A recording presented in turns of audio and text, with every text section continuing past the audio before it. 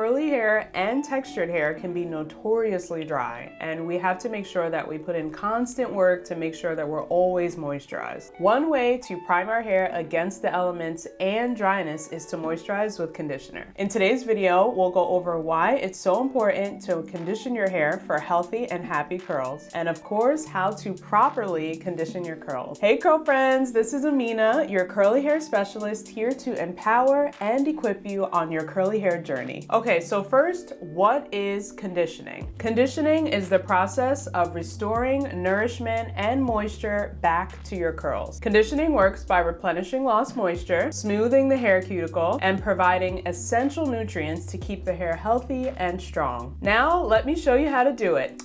To the salon. For conditioning dense hair, such as hers, I use a technique of splitting the hair so that the conditioner can spread through each section of her hair and get to the coarsest parts of her hair, which is the crown area, which is the crown for most people. And in doing so, it allows the conditioner to also emulsify.